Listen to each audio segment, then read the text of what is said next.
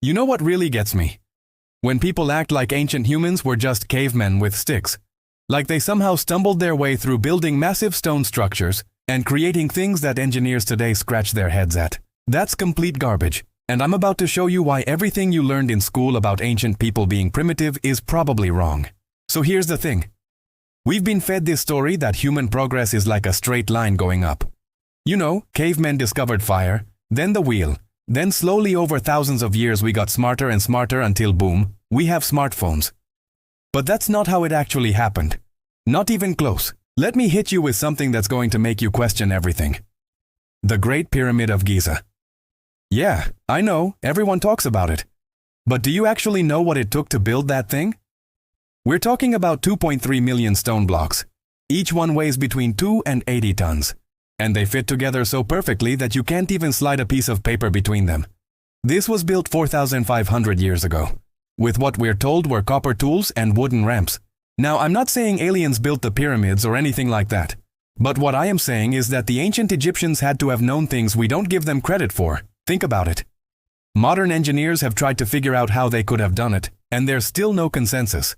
Some say ramps, some say internal ramps, some say water shafts. Nobody knows for sure. That's not because ancient people were lucky. That's because they were smart. Really smart. But it gets even crazier. The pyramid is aligned to true north with an accuracy of 3/60th of a single degree. How do you do that without a magnetic compass? Without satellites? Without GPS? You can't just eyeball that. They had to understand astronomy, mathematics, and engineering at a level that we struggle to comprehend today.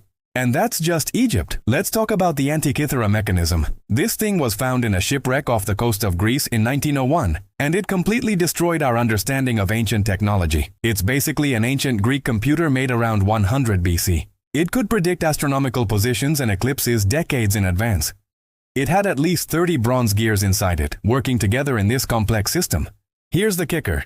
We didn't see technology this sophisticated again until mechanical astronomical clocks showed up in Europe around 1,400 years later. Let that sink in. The ancient Greeks made something so advanced that humanity didn't match it for over a millennium. How does that fit into the whole, we just keep getting smarter narrative?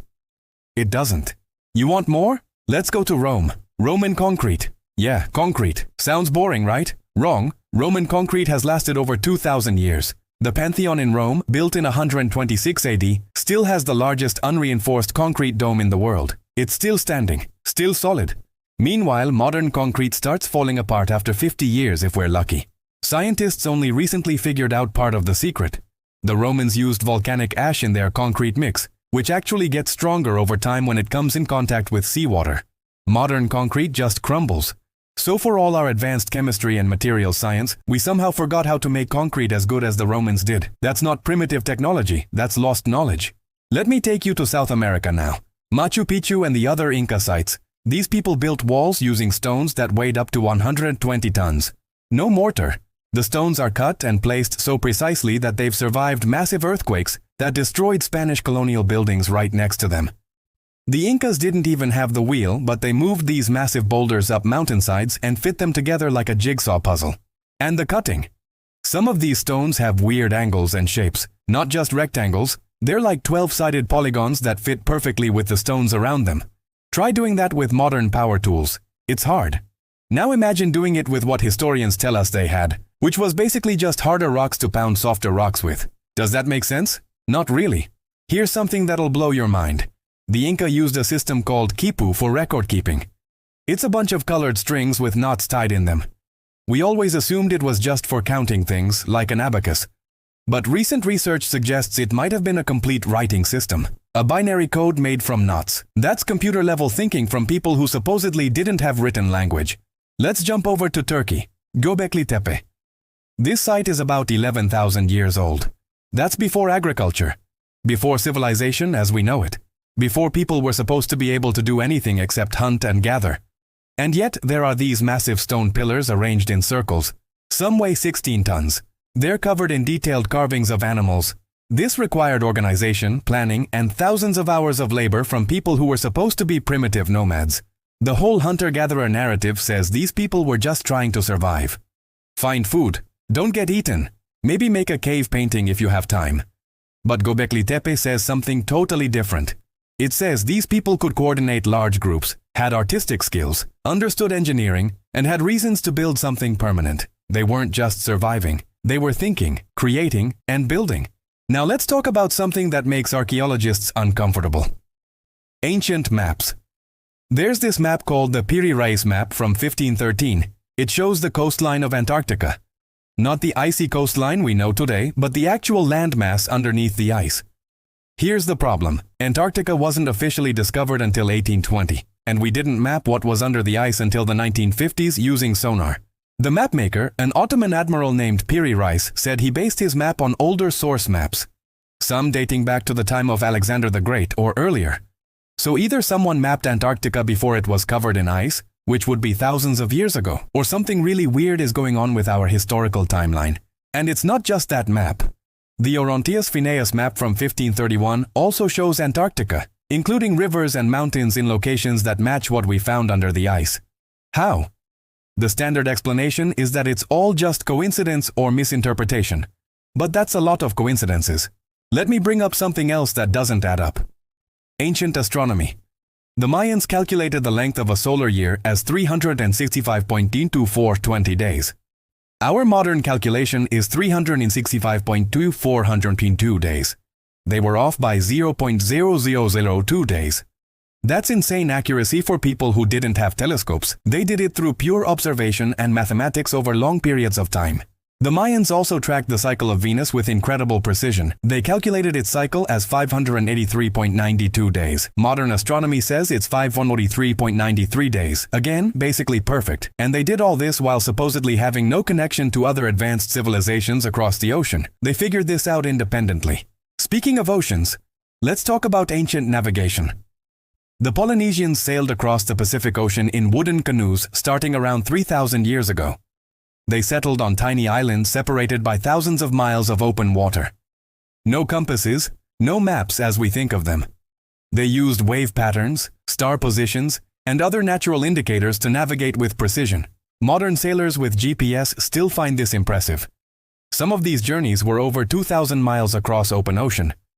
One wrong turn, and you're dead. But the Polynesians did it regularly. They had mental maps, oral traditions, and navigation techniques that allowed them to find specks of land in the middle of the largest ocean on Earth. That's not primitive. That's sophisticated knowledge passed down through generations. Here's another thing that gets glossed over.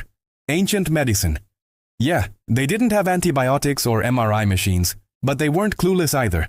The ancient Egyptians performed brain surgery. We found skulls with holes drilled in them, and the bone shows signs of healing, which means the person survived. Trepanation, it's called. And it worked often enough that they kept doing it. The ancient Chinese had acupuncture, herbal medicine systems that are still used today, and medical texts that diagnose diseases with surprising accuracy. Ancient Indians had Ayurvedic medicine and performed cataract surgery over 2,600 years ago. The ancient Greeks and Romans had medical knowledge that included understanding of anatomy, surgical procedures, and disease prevention. We act like modern medicine invented everything, but these ancient cultures had real medical knowledge that actually worked. They figured out which plants could treat which ailments through trial and error over centuries. That's applied science. That's the scientific method before we called it that. Let's get into mathematics. The concept of zero. India figured this out around 500 AD, maybe earlier. That might not sound like a big deal, but zero is fundamental to mathematics as we know it. Calculus, algebra, computer programming, all of it needs zero. And some ancient Indian mathematician just invented it. The Babylonians had a base 60 number system around 4,000 years ago. That's why we have 60 seconds in a minute and 60 minutes in an hour. They used this system for advanced astronomical calculations. The ancient Greeks had Pythagoras, Euclid, Archimedes. These guys figured out geometry, calculated pi, understood livers and buoyancy, and laid the foundation for physics. This wasn't simple stuff. Archimedes designed war machines that held off Roman armies. He calculated the volume of a sphere. He understood the principle of the lever so well he supposedly said, "Give me a place to stand and I will move the earth." That's not caveman thinking. That's advanced theoretical and applied mathematics. Now here's where it gets really interesting. Ancient electrical knowledge. There's this thing called the Baghdad battery. It's a clay jar from around 2,000 years ago found in Iraq. It has a copper cylinder with an iron rod inside. When you fill it with an acidic liquid like vinegar, it generates a small electrical charge. Is it actually a battery? Historians argue about it, but it could produce electricity. Why would ancient people need electricity? We don't know, but they might have had it. In Egypt, there are hieroglyphs in the Temple of Hathor at Dendera that look suspiciously like light bulbs. I'm not saying they definitely had electric lights, but the carvings show objects that look like large bulbs with filaments inside, connected to what could be power sources. Mainstream archaeology says they're symbolic representations of something else, but the resemblance is striking. Let's talk about acoustics. The ancient Greeks built amphitheaters with acoustics so perfect you can hear a whisper from the stage in the back row. No microphones, no speakers, just pure architectural design that takes into account how sound waves travel. Modern architects study these ancient theaters to understand how they achieved such perfect acoustics. Some of it we can explain now, but some of it is still mysterious. And construction techniques in general. We still don't fully understand how they moved and placed some of these massive stones. The trilithons at Stonehenge weigh up to 50 tons and were transported from 20 miles away.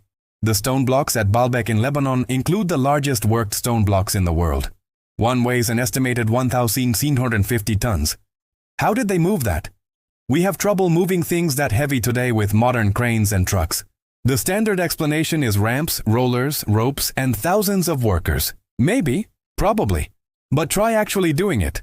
Modern experiments trying to recreate ancient construction methods often struggle or fail. These ancient people understood leverage, force distribution, and engineering in ways that we're still trying to fully grasp. Here's something that doesn't get talked about enough. Ancient trade networks. The Silk Road is famous, but trade routes existed long before that. Archaeologists have found Roman artifacts in Japan, African goods in Scandinavia, and South American cocaine residue in Egyptian mummies. Yes, really. That last one is controversial, but the point is that ancient people traveled and traded way more than we give them credit for. They didn't just stay in their little villages. They explored, they traded, they exchanged ideas, technology, and goods across vast distances. The idea that ancient civilizations were isolated from each other is mostly wrong. They were connected through trade, travel, and probably direct contact in ways we're still discovering. And let's not forget writing systems. The Sumerians invented cuneiform around 5,000 years ago. The Egyptians had hieroglyphics. The Chinese had ancient scripts. Mesoamerican cultures had their own writing systems. These weren't simple picture languages. They were complex systems that could express abstract ideas, record history, describe science, and transmit knowledge across generations.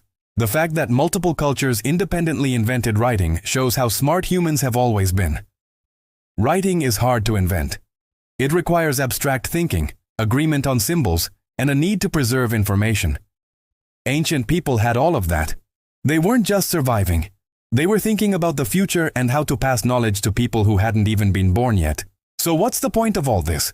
Why does it matter if ancient people were smarter than we think? Because it changes everything. It means human intelligence hasn't really changed much in thousands of years. We're not smarter than ancient people. We just have more accumulated knowledge and better tools. That's it. It also means we've lost knowledge. Technologies that ancient people had are gone. Building techniques, medical treatments, navigation methods, astronomical knowledge. Some of it we've rediscovered or improved on. But some of it is just lost. That should humble us. We're not the peak of human achievement. We're just the current iteration. And maybe, just maybe, we should stop being so arrogant about ancient cultures. They weren't primitive. They weren't stupid. They were us. Same brains, same capacity for innovation and problem solving. They just lived in a different time with different tools. But they built things that still stand. They made discoveries we still use. They created art that still moves us. The idea that human history is a straight line from dumb to smart is wrong. It's more like a wave. Civilizations rise, achieve incredible things, then fall. Knowledge is lost and rediscovered. We're not at the end of history, we're in the middle of it. And the ancient people who came before us? They were just as smart as we are. Maybe smarter in ways we've forgotten. Next time you see something ancient, don't think, how did primitive people build that? Think, what did they know that we've forgotten? That's the real question, and the answer might surprise you. If you want to see more videos breaking down historical myths, hit that subscribe button. Retry Claude can make mistakes. Please double-check responses.